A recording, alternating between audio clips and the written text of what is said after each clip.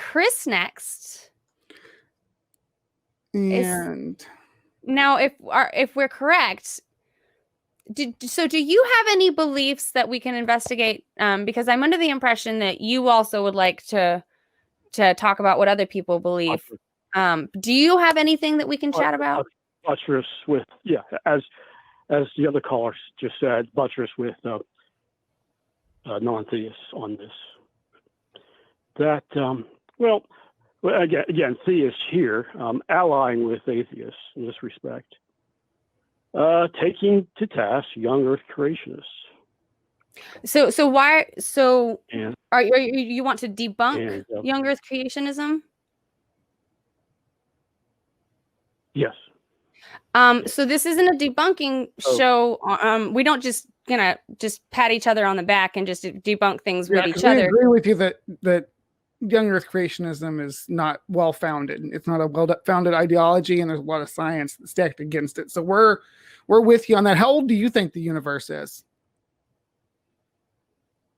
Yes, I'm aligned with the mainline Protestants. Mainline Protestants. What do they believe? What do you believe there? Theistic evolution, old Earth creationists. Theistic evolution. What's that? Theistic evolution. Yeah. Well. Yeah. I was prepared with that, Jenna. The bibliographic database,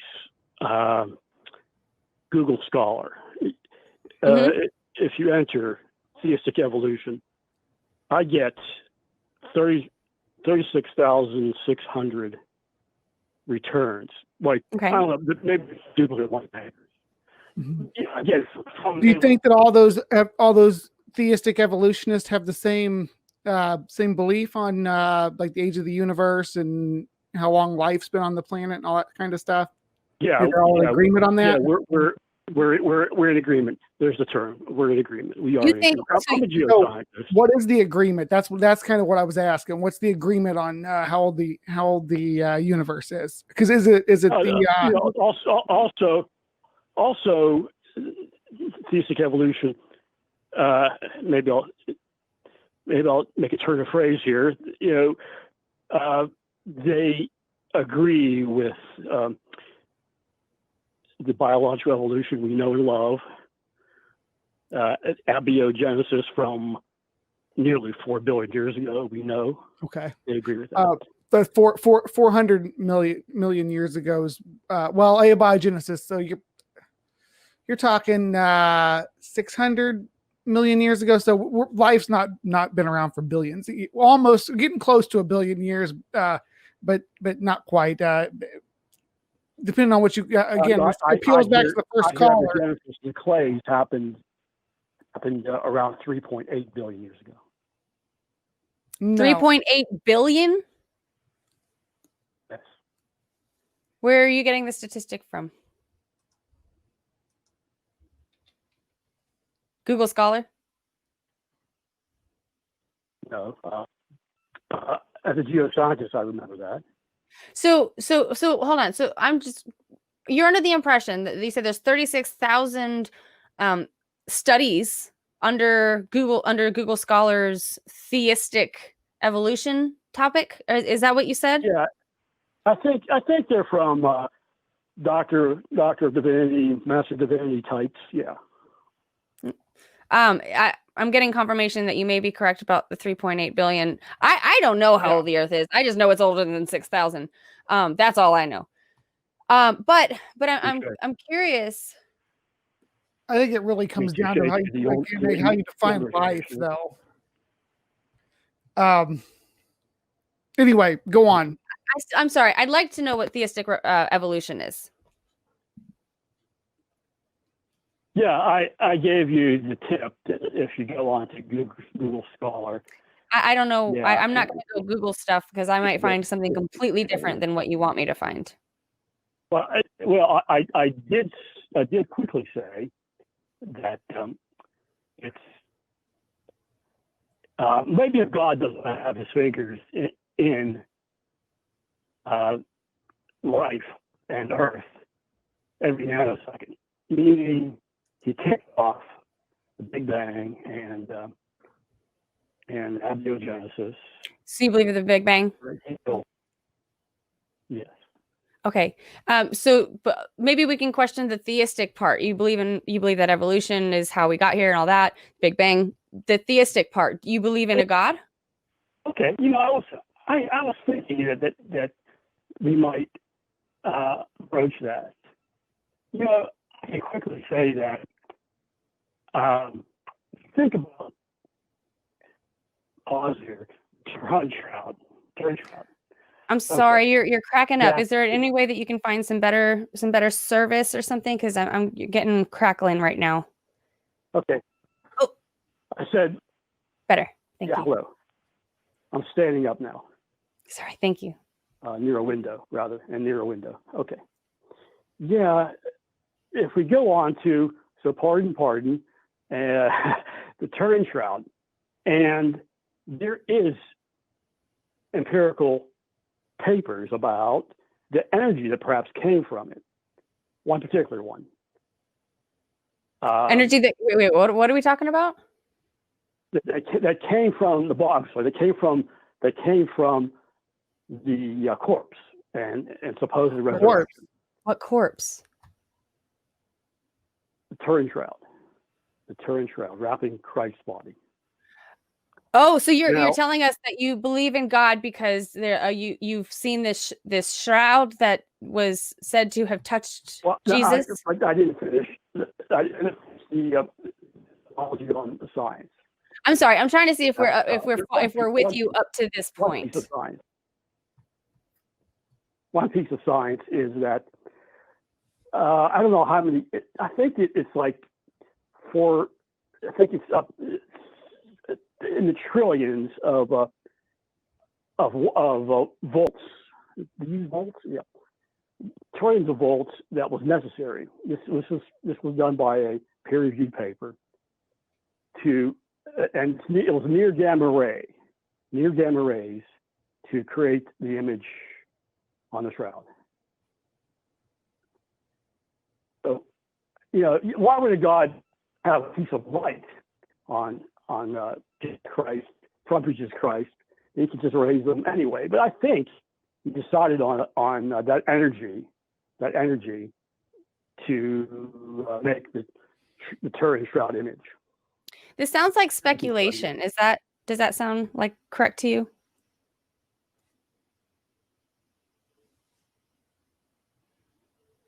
Chris? No, it's not speculation. It's non-a priori science, meaning it's not circular. Say it's not reasoning from the Bible. It's not reason. Where did it come from? No, it's just no. Well, maybe you talk about that miracle as a preamble to the science, of course. Why?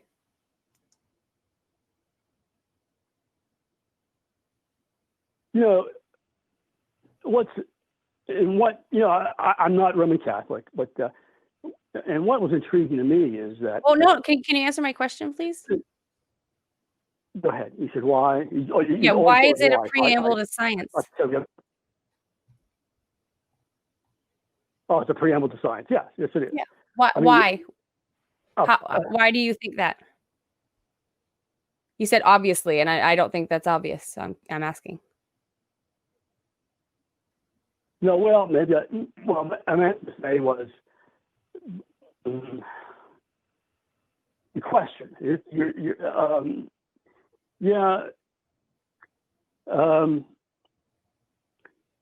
I guess you work it this way. What caused the image? And so you're not going to answer my question? If you possibilities, what else could have made? Chris. What else could have made it? Chris. Yes. Could you please answer my question? Why we're assuming that this Christ shroud is a preamble to science?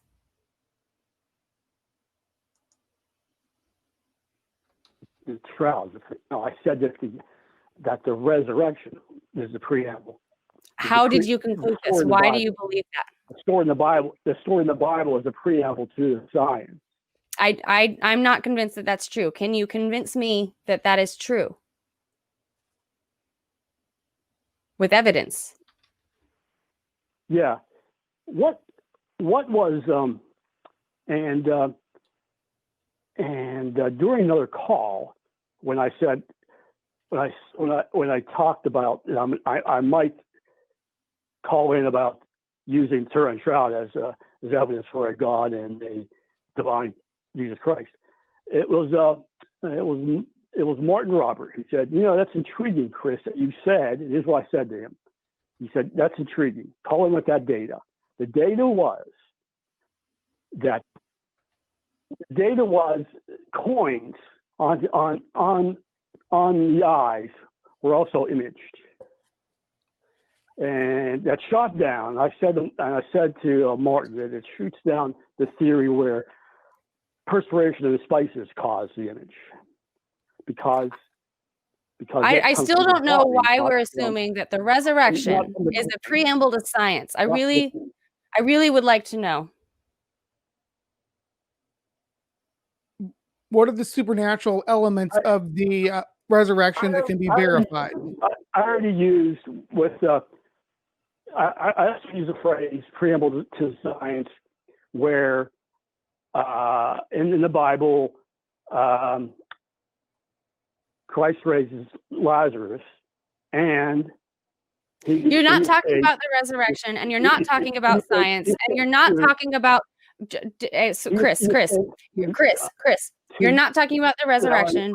You're not talking about science, and you're not talking about evidence that got you to believe that the resurrection is a preamble to science. What part of the resurrection is what supernatural part of the resurrection leads us? Well, resurrection in itself is supernatural, but so beyond that, what leads that to where we are now scientifically? I don't follow. There's some leaps in logic there that I don't understand. So can you explain them to me? Please. Yeah, again, I get a bad phone. Coins are imaged too on the eyes. Oh my God. Okay. You know what? You're not going to tell us, are you? You just want to talk about this shroud, correct? That's all you want to talk about. Which, if you want to talk about the Turin Shroud, we want to know what's supernatural about it. Right. You have to reform your question. So as you talk, I'd like to follow. I'd like to understand what you're saying. And the thing is that I'm the kind of person that I have to kind of build a picture. So if I don't know what you're talking about up until a certain point, I can't remember what you said before to kind of add it to what you're saying now. Does that make sense? So when I ask a question in the middle of when you're telling us something, it's important that you answer me so that I can follow you, so that I can understand you. Because right now, I don't understand a thing that you're talking about. Fair. Thank you. So we can go to the shroud. If that's what you want to talk about, please explain to us why this shroud is so important, because I'm not convinced that it is.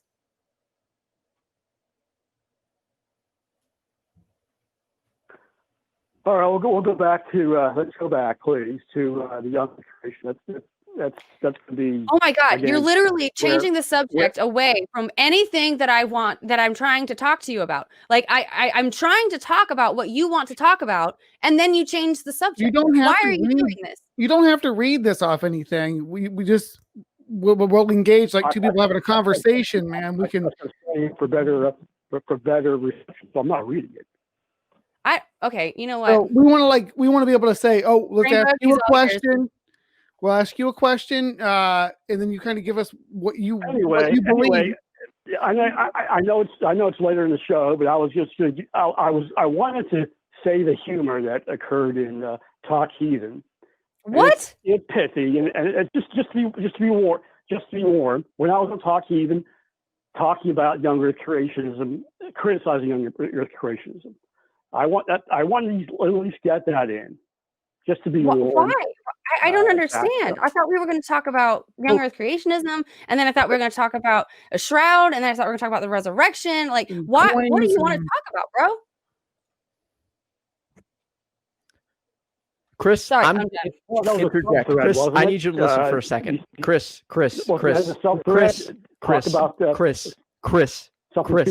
about Chris, the supernatural. Chris. Yes. Can you hear me? Yes. Okay. We always try to be polite and courteous to everyone, but this is like the 5th time you've called in and you dodge every single question. And when you get pushed back, you ignore and change the subject. We can't keep doing this with you. When other callers call in, they present something we can talk about. You're going all over the place and you're refusing to answer my co-host's questions. And then when pushed even further, you jump to Talk Heathen. This show is not Talk Heathen. So while I appreciate your willingness to call in and contribute, I feel like we have all given you more than enough chances to actually present something, and you haven't. So at this time, Chris, I am going to let you go. I hope you have a good day. Thank you.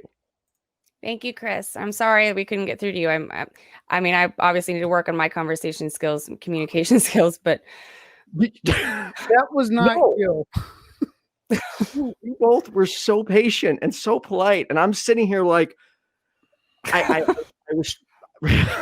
I talked to him privately and I let him know if he was going to call today, this is the last time, but he would need to present something. He doesn't come in with bad topics to talk about. It's just that he won't answer our questions when we ask him about why he believes these things. He's got these fun ideas like George Washington being bulletproof and all that, but it's him? yeah, I want to be able to ask him about, how and why and what he thinks the mechanisms is, but he's just got this spiel that he wants to go through instead, and I can't engage with that. Which is what we're all about here on the perspective, is engaging. It says right there in the phone number, or at least it used to. Yeah, I mean, and I think I said it during the conversation. I really want to understand, and I can't. So, right, and that's we all do our best to be as patient as possible here in understanding. And as you can see, we've had callers where we don't agree on the conclusion, but it usually ends friendly. Right, but he just won't answer a single question. Yeah. And even our first caller tonight, John, it was a little contentious, but we were cordial and we had a conversation, a back and forth, a dialogue. That's what we need, Chris. So, yeah. Anyway. Anyways, I don't think we're going to be able to take Chris's call again. okay. Just, it doesn't go anywhere.